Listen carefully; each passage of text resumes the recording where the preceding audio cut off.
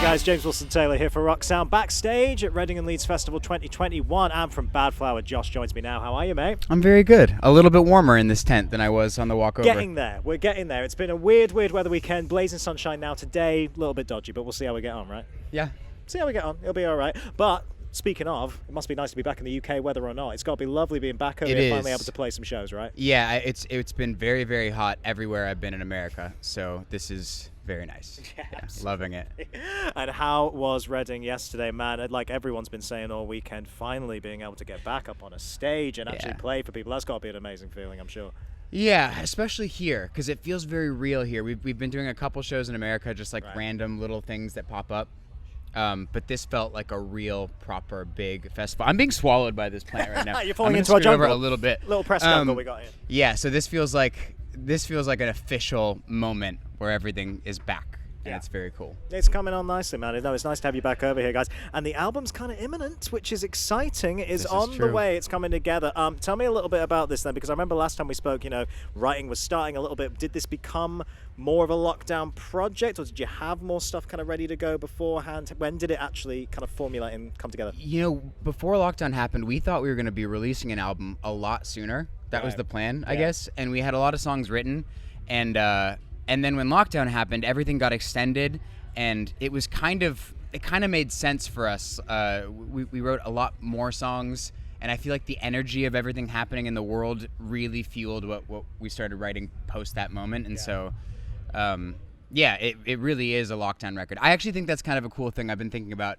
There's going to be a lot of cool records that all came out of the lockdown period, and I feel like it's almost its own genre of music. Yeah. And we're going to see it in the next couple months, all the records that are coming out as bands start to tour, and they're all from this same space that everybody on planet Earth shared. Yeah. This energetic feeling. I think it's really cool. Same experience, but from different angles as well. So that's going to be the cool thing, right? You get all these different perspectives. And speaking of that, I always ask people about album titles because they genuinely fascinate me. I love when a big statement sums up an era. My God, you've gone for a big one, haven't you? I mean, This Is How the World Ends.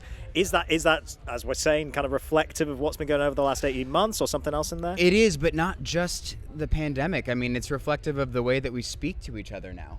Now that we're face-to-face interaction is kind of disappearing, and we're all, ones and zeros typing at each other, and we've become horrible people. Yeah. All of us. It's fair. We're all responsible for it, and that's kind of what that means to me. Although the title is a lyric in a song that has nothing to do with that. Right. But when we titled the album at the very last minute. Everything was written, mixed, done, and we had working titles and we had ideas, and that just kind of popped out and fit and made sense. Yeah, it definitely seems to fit the mood of the world right now. Anyway, if nothing else, dude, it's definitely in there. Tell me about the single "Fuckboys," the latest one that's kind of just dropped. When did that one sort of start to come together for you? Tell me a little bit about that one. I don't remember when it came together. It was just in the middle of everything else. That we wrote most of it in Nashville together, just jamming. And then I think I did the lyrics by myself, and I think I was in Nashville. I don't remember.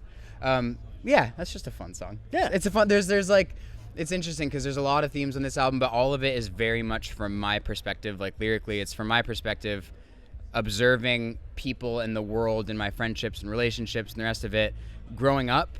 Which is appropriately the album starts with adolescent love, which is one of my first accounts of attraction to somebody, as a kid, and then it sort of goes into all these different characters that I've interfaced with, growing up in LA, and then how that sort of applies, how a lot of these characters have turned into what they are now in this generation with everything happening. And so I find it fascinating because it was so different. A song like Fuckboy, singing about that person who was just out at clubs, whatever. I don't.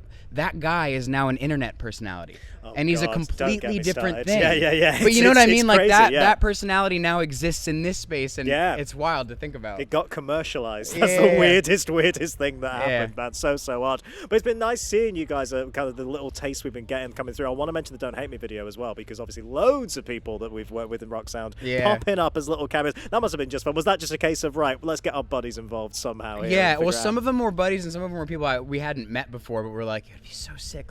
We came up with the concept while we were traveling to LA. none of us knew what we wanted to do, but we're like, for some reason, we're all being pulled towards LA for this shoot. That's where we grew up, and whatever. But we've been shooting in Nashville and other places. But we're like, we want to go to LA, and I feel like we want other cameos from other bands, but we had no concept in mind. Right, okay, yeah. Until and we already had our days booked. We had the camera rentals. We had everything booked, and we still had no concept, and we just figured it out on the fly.